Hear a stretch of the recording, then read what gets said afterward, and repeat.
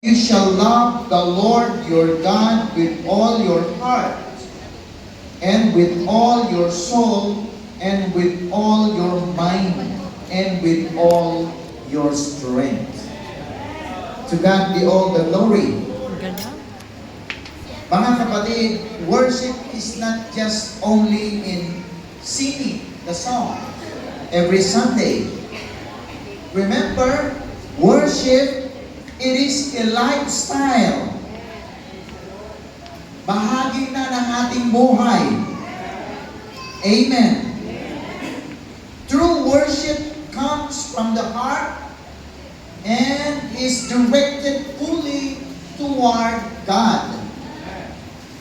And remember, in the Bible, mga kapatid, Jesus teaches us that worship involves total being, heart, soul, mind, and strength. To God be all the glory. There's a lot of people today gathered also, celebrate also about the worship. We are not only our congregation celebrate or organize worship this day of Sunday. There's a lot of people today, even in the other country. They celebrate, they work together, they work in their church to organize the divine worship also. Sa kanilang paniniwala. Napakaraming mga pagsamba, but remember, in the Bible, hindi lahat ng pagsamba ay tinatanggap ng ating Panginoon. Not all worshipers are accepted in the presence of God.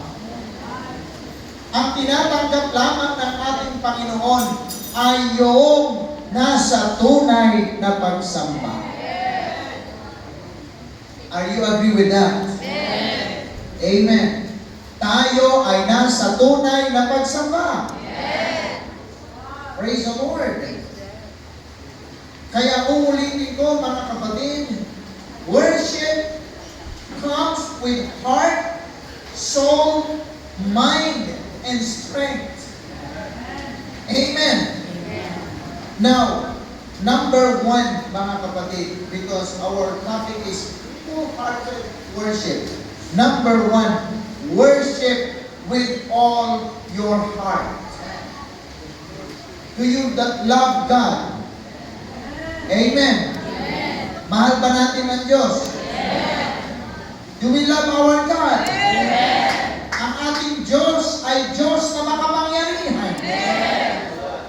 Our God is God of yesterday, today, and forever. Ang ating Panginoon ay hindi taon-taon namamatay. Ang ating Panginoong Jesucristo minsan lamang namatay at muli siyang nabuhay. Amen. Kaya dapat, mga kapatid, masidhi ang ating pagsamba sa Panginoon. Dahil ang unang gumawa na may pag-ibig sa atin ay ang Diyos na makapangyarihan sa lahat.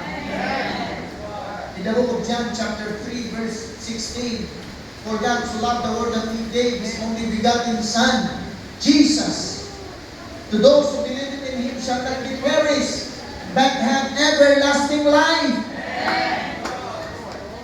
Amen. In verse 37, to those who believe in His Son, ano ang sabi? Magkakaroon ng buhay na walang hanggan. What a reward! What an awesome, the great promises of God, each one of us. Praise the Lord! Naintindihan niyo naman ako, no? Pabayaan niyo na ako. Nagpa-practice lang ako. Malapit na akong bibitayin. Okay, let's continue. To God be all the glory. Why we worship with all our heart? Because God loves us. He gave His Son, Jesus Christ, for us. In Jesus Christ died for our sins, for all of our sins and our weakness. Mahal tayo ng Diyos. Mahal tayo ni Kristo. hinihingi ng ating Panginoong Kristo, sambahin natin ang Diyos sa Espiritu at katotohanan. Sambahin natin ang Diyos sa taos sa ating mga puso. Dapat ang ating pagsamba walang double meaning. Amen. Dapat ang ating pagsamba ay Jesus-centered. Diba, napakaganda ng awit na yan? Jesus is the center of my life. Diba? Kaya sa pagsamba, nakasentro, nakatuon tayo sa Diyos na makapangyarihan sa lahat. Kaya dapat ang ating paglilingkod at pagsamba ay mayroong taos sa ating mga puso. Dapat ang lahat gawin natin na may pag-ibig. Sapagkat ang pinaka-dakila sa lahat ay ang pag-ibig. Dapat sabi ni Apostol Pablo in 1 Corinthians, ang pinakadakila sa lahat ay ang pag-ibig. Amen?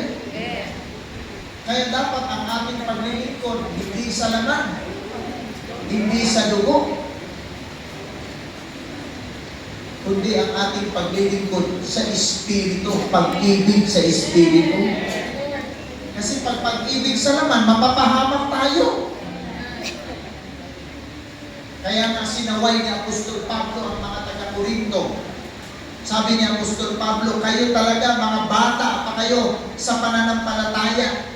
Dahil yung iba sa inyo nag-iinggitan.